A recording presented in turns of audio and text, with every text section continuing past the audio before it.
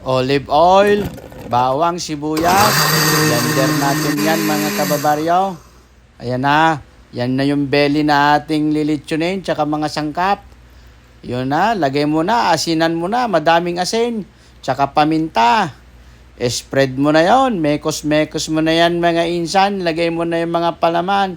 Rosemary, thyme, siling pansigang, escallion, lemongrass, lemon.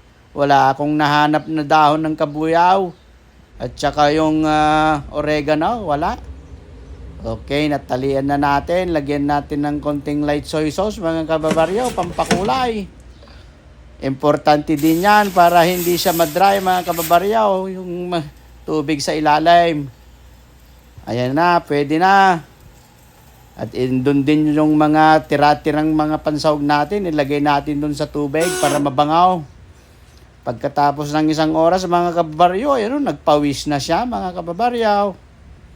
Ayan na, 2 oras, ayun na siya, mga kababaryo. Oh. 2 oras na yan. At pagkatapos ng 3 oras, mga kababaryo, 3 oras kalahati, ayun na siya. Testingin na natin, mga kababaryo.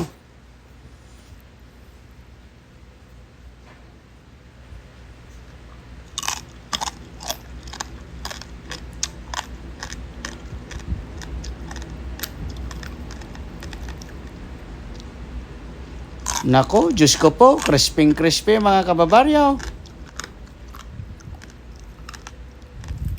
Ang lambot ng karne mga kababaryo, oh, at saka juicy siya. Oh. Juicy, hindi siya dry mga kababaryo. Ang bango mga kababaryo. Nakakatakam naman ito.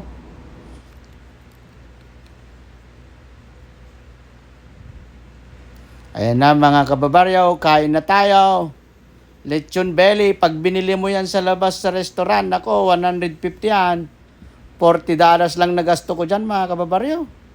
Kain na, manganen, naimas. Meron pa tayong kwan dyan, oh. Talbos ng kamote. Talbos ng kamote na dabuggoong. Ay na, Diyos ko po.